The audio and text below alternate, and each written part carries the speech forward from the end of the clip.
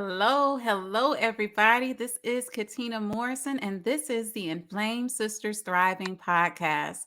Welcome to the Inflamed Sisters Thriving Podcast, a safe space centered and created to guide women living with chronic illness to uncover their purpose by doing what they were really meant to do, move in power by advocating for themselves, and accelerate their growth in health, career, and business. You will learn how to stop hiding and start thriving. We will inspire, educate, and motivate you as we show you Inflamed Sisters thrive together always. And today, everyone, I have an amazing guest, and that amazing guest is Nadine Olia. Welcome, Nadine. How are you doing? And can you please introduce yourself to everyone? Hi, Katina. Yes. Oh my God, it is such a pleasure to be here. My name is Nadine Olia. I am the mother of two boys, a wife. I am a coach. I am also a creator. I have been in the online space for exactly 4 years now, where I help career moms, bloggers, and influencers who want to build their brands and make an impact in their community, as well as monetizing. I am Excellent. our conversation today. Thank you. I'm looking forward to it too. And you are making an amazing impact, touching the lives of so many women. One of the things that you and I have in common is that we're both healthcare workers. I'm a registered nurse, as many of you know, who transitioned into becoming a corporate nurse and also chronic illness coach. So we're both coaches as well. You and Yes. I have connected so much on our backgrounds in that, but our background as well as creators. What I would like to learn from you, though, is that something that that very few know is that you also have a chronic illness journey or journey with your health. Can you tell us about what happened in your life as far as when you had to really learn how to advocate for yourself and even that experience you had with medical gaslighting? Absolutely. Oh my God, such a great question, right? So I I am someone early in my early 20s who was very free spirited. I am someone who will literally, in the time of MapQuest, will pick up a map and point it out to a city and go the next day or country, right? So I was living my best life in my early 20s. I was a very active, working out 5, 6 days a week, until one day, I was sleeping and my heart palpitation woke me up in deep sleep, and that was the beginning of my nightmare. Screamed for my mother. At that time, I was actually at home. I was rushed to the emergency room. They ran some tests, and they said, you know what, it's just nothing, just follow up with your primary care doctor, and which I did. Now follow up with my doctor, and he said, I kept having those episodes where I will have my heart will start pounding from anywhere from like high hundreds to 200 beat per minute. Regular heartbeat is around 60 to 100. Okay. Mm. So fast forward to my primary doctor sent me to a cardiologist, one of the best, I was told, in the county. What I realized is that this doctor, he was always in a rush. He never really took time to listen to my complaints. He never really took time to listen to what I have to say. I remember going to him and he said, well, we're just going to run some tests, okay? And based off that, I'll get back to you. So we did. So when I came back, he said, you know what? Based off what we got, I didn't really see anything. You're gonna have to start wearing a heart monitor, which is like a cardiac monitor where you wear it for. He said you're gonna wear it for about a week, and then jot down anything that you're doing that will spark an episode to happen. So I did that for a while, and then they did not. They still didn't find anything. And he said, "Well, you're gonna have to wear that monitor for 30 days," and that went on for months. Right? It was just wearing your monitor. And at that time, I'm still going through. My life has changed. The life that I know had completely changed. I couldn't go anywhere. I felt like I didn't want to go to, not even to church, because everywhere I would go, it would be go time to call 911 and go to the emergency room. So I remember, to make the story a little bit shorter, I went to my cardiologist one day, and he said to me, you know what? I believe all this is in your head. Mm-mm-mm.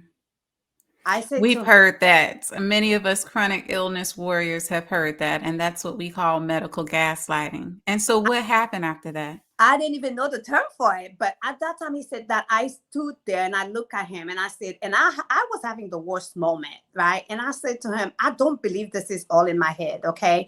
Because normally when the episode starts, it's not like I start having an anxious episode and this start. Something start with my heart that caused me to get anxious. Right. I said, something is happening in my heart that caused me to get anxious. It's not the other way around. And I said to him, you know what? I think I need another opinion. And I Mm. think he didn't really like that. And he said, well, let me take a listen to your heart. Listen to this, Katina. This guy came in the room, took the stethoscope. The stethoscope were right here by his ears. I look at him. He didn't even have the decency to put them in his ears. And he said, well, everything sounds fine. He Wow. didn't have, I think like he's been doing that he's not even looking, the stethoscope weren't even in his ears. And he said, oh, well, just like I said, I think you're going to have to see a therapist because this is all in your head. And I said, you know what? Okay. I left the office crying, bawling my eyes out. And I got onto Google. I said, no, something is happening. And I looking into Google, I found something about an epi doctor, that is electrophysiologist, cardiologist, who takes care of the electrical conduction in your heart. They see Hmm. what's going on, like the wiring. If there is a part in your heart that's firing too much, they will be the one that kind of look at that. And then I said to him, at that time I couldn't go up to the specialist because the insurance that I had required for me to have a referral from a doctor. Mm.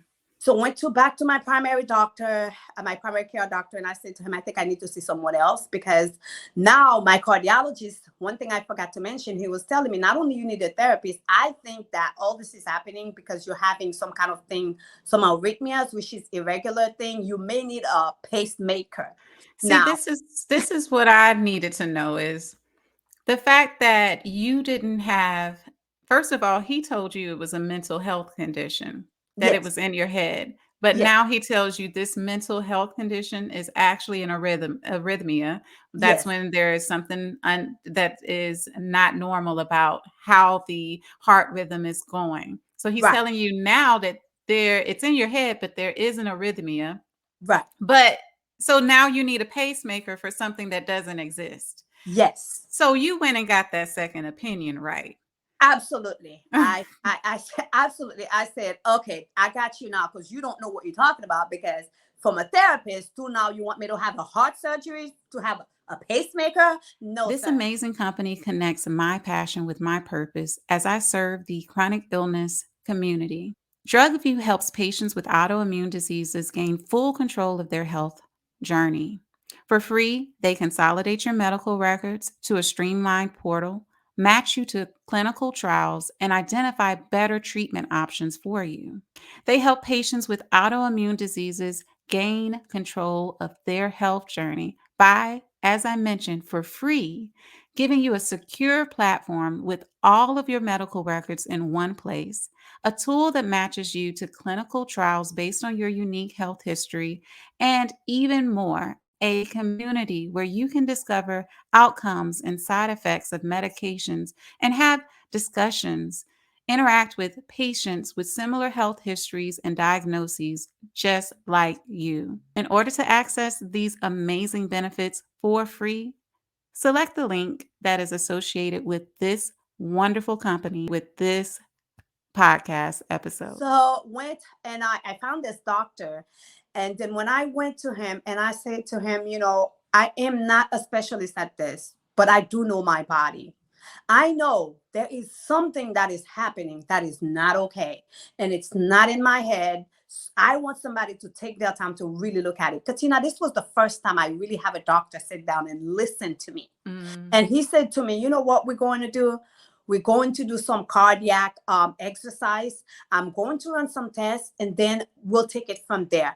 And he looked at me. He said, I don't know. I don't think this is all in your head. We're going to find out. For the first time, and I started crying because I'm like, at least I'm being heard, right? At least I'm not like, he's not dismissing the fact that I'm saying to him, something else is happening. So ran some Exactly. tests and he came back to me and he said, yep, just like I predicted it, you do have something called tachyventricular tachycardia, where you have a part of your heart that is firing too much. We don't know what the cause of it is yet, but one thing I do know is that there is a procedure that can fix that. Katina is Wow. crying. I can only imagine. And look at the journey that you went through for months being medically gaslit. Imagine this. Medical gaslighting is when a doctor or a healthcare professional minimalizes your symptoms, tells you things like it's in your head or it can't be that bad. As if whatever you're feeling is actually a mental health or an emotional issue rather than an actual physical issue. And then you made the choice to advocate for yourself. And by advocating for yourself, and of course, that took a journey because you had to go back and get a referral. For Yes, those, depending on the plans that we have to go back to our primary care physicians and get a referral to go to a different type of specialist. But you did the research and found the specialist, listened to your body, and got the answers you needed. So, what happened after that? Did you end up getting that procedure, or what did you decide? absolutely. So I went in for the procedure. It's called an ablation, a cardiac Mhm. ablation. Where what it is, I did have a part of my heart that was firing too much. That's the term they used. What they had to do is to destroy a few of the tissues there. So it Mhm. was a bit invasive where they go through your a big vein in your leg and it take to your heart, and then they kind of destroy that little spot.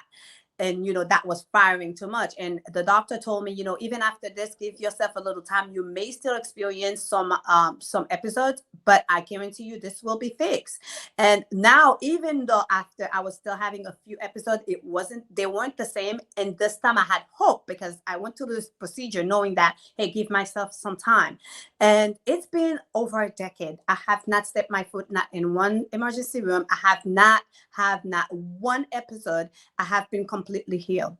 Wow. And I know from that experience, when you initially went into this, because you were not being heard, you probably thought that this was going to be the rest of your life and that Yes. it was going to impact your future and what you could accomplish. But look at God, like they say, Yeah. you Yeah. got the answers that you needed. You kept pushing forward and you overcame those challenges. I commend you for advocating for yourself and for taking a stand for your health. Um, Bravo, sis. Thank Bravo. Okay. thank you. Just to transition though a bit, you were able to advocate for yourself, and now you've also transitioned and transformed your life and your career too. Yes. You're a respiratory therapist who Yes. is now a blogger and content creator who Yes. is accomplishing so much in these Instagram and social media streets. Tell me about that transition for you. Was that scary for you, and what are you doing now? Absolutely. I actually, I just like you said, I've worked in the respiratory care field for over 10 years, and having that condition um, it actually did something for me where I wanted to be part of the healthcare for me to make a difference. I wanted to make a difference. So I went into it and I gave it my all. I was one that you wanted me to be your healthcare provider at that time because I took time. I was very vocal, right? Mhm. Like if I got an assignment where I felt like I wasn't going to be able to advocate for my patients or be able to take care of my patients in a way, I would speak out. Right? That was Mhm. a whole different Nadine. But I made this transition because I was working in one of the trauma hospital and I was seeing a lot of young kids unfortunately losing their lives so early to gang violence. The hospital that I work at that time were in a location where there was a lot of gang violence, like very young kids, right? And a lot of the stories will be the same. Parents, they did not have a parent that was present. Those kids, a lot of times these parents were working multiple jobs and trying to take care of the kids, But in trying to sacrificing things for the kids, unfortunately, the kids became one of the sacrifice. And there was a night that I got called into the trauma room because we had an incident with a, coming in. And it was a 12-year-old who had gotten shot. And unfortunately, we lost him. And I was at as critical respiratory person, I am usually at the head of the bed by next to the doctor to assist the doctors with certain things. And I had to close this little boy's eyes. Mind you, I have a 10-year-old son. And I look at this little black boy face and I saw my son's features. I closed his eyes and I ran out of that room so fast because I saw my son. At that time, to take you back a little bit, I was working a lot. I was working 4 or 5 nights, 12, 13, 14 hours per night. And I felt like I just wasn't being present as a mother. So at that night when that happened, I went into the bathroom. I was crying. I called my husband in the middle of the night. I said, I have given this career my all, and I'm proud for the way that I served my patient. But now it's time for me to come home. It's time for me to come home and be, and serve in my number one ministry that I feel for me, that is motherhood. So that's how I was able to make the transition. I was at that time an influencer. From influencing, I became a blogger, to transitioning to today being a coach. Wow. Look at what you have done, sis. And girl, you put a lot into that. You actually consolidated that quite well, might I say. But that's Thank a you. lot. Thank To you. have such a successful career as a respiratory therapist and then transition into being a content creator, a blogger who is an entrepreneur. And this allowed you the opportunity to be able to be a present parent, to be the mother that you wanted to be, to ensure that you didn't lose your son or your children to the things that are going on in your area and in many areas now. Oftentimes, parents, especially those of us who are professionals, can find ourselves putting our careers before our children. Yes. But that what happens is you may gain money and Yes. success in a Yes. worldly sense, but you lose your most precious possession. So I admire the fact that you chose your children, you chose your family, and that you had that conversation with your husband, and he obviously supported you on that. How many are like who are they might say to their wife, hey, we need that second income, a real one, okay? Right. But entrepreneurship, you have proven, is a real income, okay? Because you around here telling us, okay, showing us in the social media streets how to be able to go from a career into full-time entrepreneurship and do it successfully by using social media marketing. So tell me about that transitioning, when you transition, and what are some of the things that you did that has helped you to be as successful as you have been in your business while using social media as a marketing tool? Well, one thing that I would definitely say, I started doing this on my own and, did the research and, showed up a lot for myself. But I realized that once I wanted this to be what it is, a business, I had to get help. And that was to hiring a coach, right? Because, doing the thing on your own, you can only go so far sometimes, right? Because you can have the potential, but having to work with someone that can even actually show you that you can do even more, right? Or the things that you might not even be thinking about. So that's what I was able to do. I was able to hire a coach that kind of helped me, to show up in a way. And even when I made a pivot, because I did pivot from content creating to now helping other career moms and content creators do the same. I had to get another coach a business coach and other for me to show up as that person. Exactly. And we know the coaches that you are referring to because we Yeah. both have experienced them. As you all know, I am a corporate nurse who at one time was a hospital nurse. So entrepreneurship was not something I saw myself as being, especially as someone who works full time. Yeah. I thought that I was going to work and just retire from working for someone else for the rest of my life because I didn't see any nurses at that time who was modeling entrepreneurship. I didn't Right. see other healthcare workers either No. because that's not something that we see prevalently. No. But considering my chronic illnesses and the limitations they placed on me, I'm so thankful that I stepped into, at first, a position that allowed me to work from home and then also considered the option of adding multiple streams through coaching by doing what I'm passionate about, raising awareness about chronic illnesses, self advocacy, and using my platform to do so in a way that allows me to, one of these days retire like you did. You know what I'm saying? I'm looking at I'm looking at you like, hey, she the real VIP over here showing us the way, okay?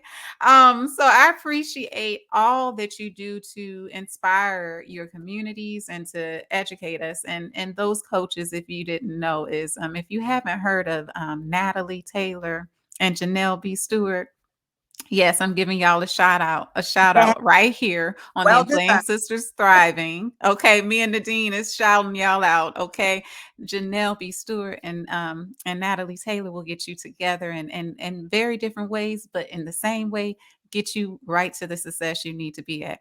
All right, so we'll return back to the regular scheduled session on this channel. But yes, y'all. So I've enjoyed hearing about your journey through self-advocacy, how you overcame the challenges of medical gaslighting and then got the answers in order to get your heart condition treated, resolved, and have not had any issues since then with that. I'm so happy for you. And then your journey from being a respiratory therapist to now a talented and very successful entrepreneur who is out here turning it up in the social media streets. So you're using your platform to help other moms so that they don't have to go through the challenges you did, and help them to be a success like you have been. So tell me, how are you using your platform to do this? And also tell us where we can find you at. Absolutely. Yes, I use my platforms to give, other moms who need that support, because one of the things that I didn't have when I first started this journey was a community. And Mm. I do believe when you are stepping into entrepreneurship, you need you need support, right? You need, whether that is three people or a whole community, you do need that support. So I use my platform to educate, to also tackle into a lot of mindset issues that Mm. the people in my community have. Because one of the thing is that, I have never done this before, I am not this person, I am not that person. So a lot of the challenges that my clients go through is having to see themselves as that person, as the leader that they are for their community. So I give women a space and a community for them to support each other and rise. Mm. My platforms, I can be found on my website is nadineolia.com, and I am Nadine Olia on all social. All right. So if you did not hear that, you will be able to rewind and hear it again, or go ahead and take a look at the show notes. Her links will be available there so that you can access her information. If you are out there wanting to be a successful content creator, a blogger, if you're wanting to find out how you can get these brand partnerships that can Yes. really make you a success, Nadine Olia is the person to connect with and contact. So her information will be in my show notes as well as in the blog that is attached to my account. I understand you a lot. You mentioned hit on some things. Mindset is where it often starts. And Yeah. that's what I found with my clients. When I came into this business, I was thinking, I'm going to help people get their health together. Right. And I'm going to, it's about the health. There's certain things they need to do to get that health right. But the truth is, it starts in the mind. Absolutely. So that's why I'm so glad that we had this opportunity to meet too, because both of us have had mindset shifts that have changed our lives. Absolutely. And those mindset shifts will also help and create in others, whether it be busy moms or it be chronic illness warriors. We're here to be those coaches that can get you to where you need to be. So, Absolutely. I want to thank you so much, Nadine, for joining me on this episode of the Inflamed Sisters Thriving. And to my audience, I'm so glad that you came through and listened. In the meantime, I want you to take the opportunity to subscribe on all of the podcast outlets that is your preferred, and make sure you give me a like, give me some stars over there on Apple as well, and check me out on YouTube. These recordings will be there in order for you to see, because it's the interaction that is really nice to see as well. When you see us, Great. our smiling faces. Nadine is someone that I have really admired and who I'm so happy to be able to call my friend. I appreciate you. And to all my inflamed sisters thriving, I want you to know we may be inflamed, but we are still here. And as long as we are here, let's keep thriving together, because inflamed sisters thrive together always. Have a wonderful day, everybody. Take care. Thank you so much.